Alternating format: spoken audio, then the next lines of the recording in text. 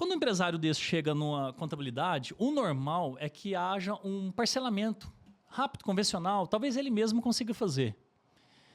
Então, eu queria perguntar para você, o que justifica a Evox, sabendo que ele mesmo poderia fazer um parcelamento para ele, e o que justifica a Evox? Onde a gente poderia ajudar esse empresário que, às vezes, por exemplo, fez um parcelamento, às vezes tem que pagar agora uma entrada de 10%, 20%, então eu queria que você falasse um pouco disso.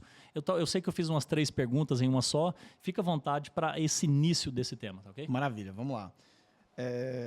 Primeiro, de fato é uma alegria imensa a gente estar junto aqui fazendo esse podcast, o primeiro episódio, né? Espero que de centenas aí de podcasts para ajudar o empresário a facilitar a vida, né? Porque o direito tributário, o tributo no país de um modo geral, e o nosso país principalmente, é muito complexo. Então, o empresário tem uma dificuldade muito grande de conciliar o operacional da empresa, a atividade operacional, com o conhecimento tributário. Então, nós que somos da área, estamos estudando todo dia, né, o tempo inteiro. Você imagina um empresário, né, Rodrigo, que está ali pensando no transporte da mercadoria que ele acabou de fabricar, pensando no serviço que ele tem que entregar, e etc. E também falar, nossa, eu ainda tenho que entender da parte tributária aqui do meu negócio, né, porque é muito complicado, né?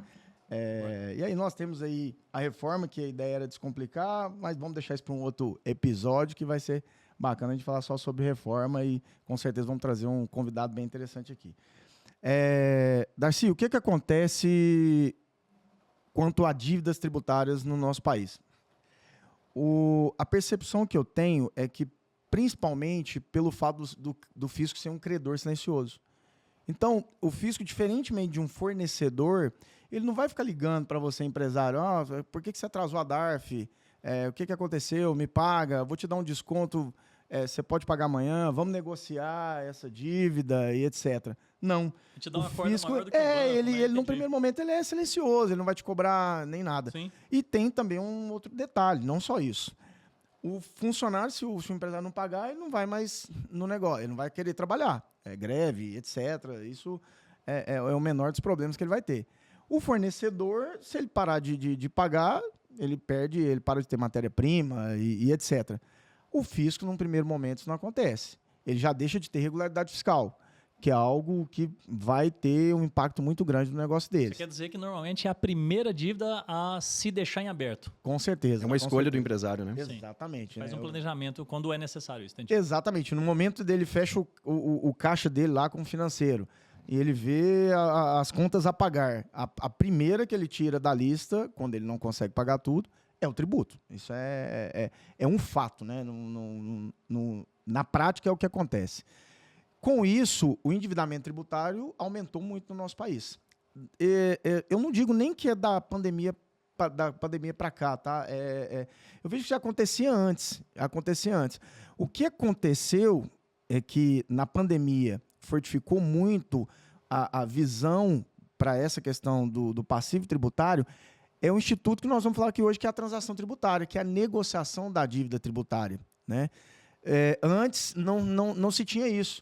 O contribuinte ele era cobrado, executado, tem hora de bens, bloqueio em contas, etc., sem a oportunidade de negociar isso como ele faz, por exemplo, com o banco, com o fornecedor, até mesmo com o funcionário, numa ação trabalhista, quando ele faz um acordo. Exato.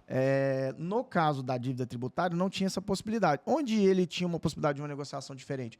Num refis.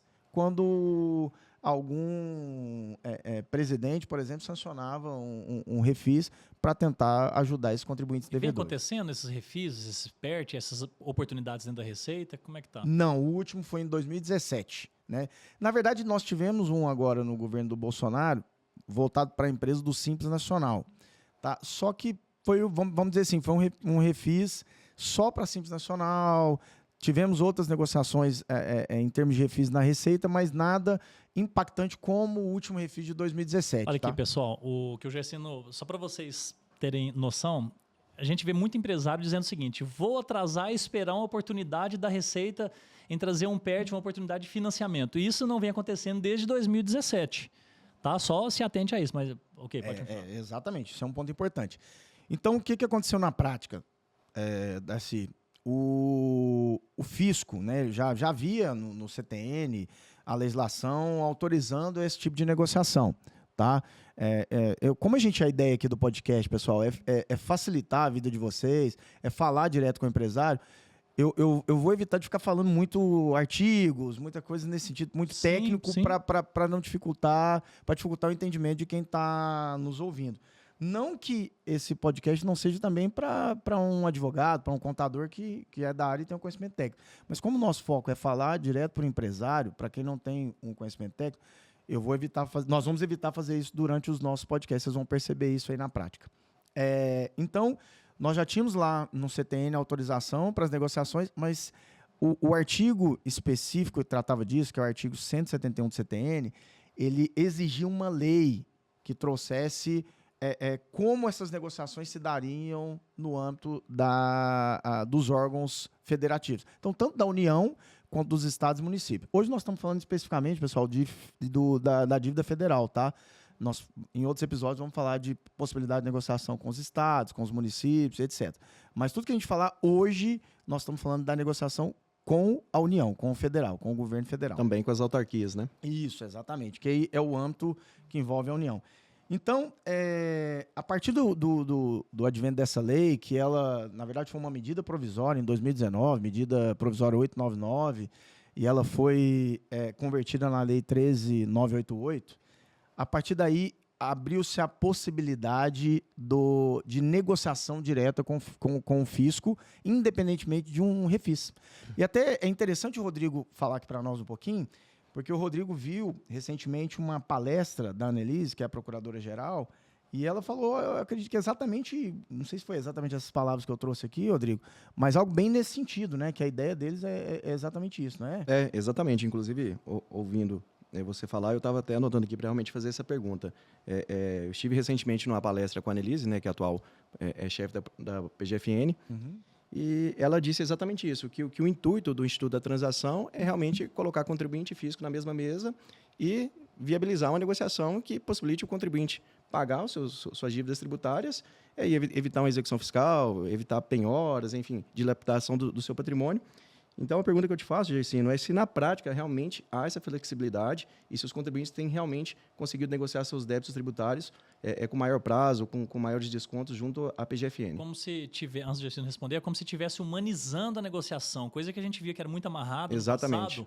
E a pergunta do Rodrigo, ela vai de encontro a uma promessa, então, que aconteceu, de humanizar, flexibilizar, facilitar. Isso vem acontecendo de verdade? Muito, muito. E o que é interessante é a evolução disso. Porque você percebe lá no início, quando você iniciava uma tratativa direto com a Procuradoria, era algo estranho para os próprios procuradores. Eles não estavam habituados com aquilo. A Procuradoria, ela foi criada para quê? O advogado da Receita Federal. Vamos pensar assim na prática. A Procuradoria, ela é um órgão para cobrar, executor, de cobrar o que o contribuinte deixa de pagar lá no âmbito da Receita Federal. Então, eles foram treinados, foram criados para serem executores, para cobrar. E em um dado momento, fala assim, não, a partir de agora, antes de cobrar, vocês vão negociar. Antes de cobrar, senta com o contribuinte, conversa com ele, vê o que a gente pode fazer. É claro, gente, que isso tem limites, né? O procurador, ele não pode, não pensem que vai ser assim, tá?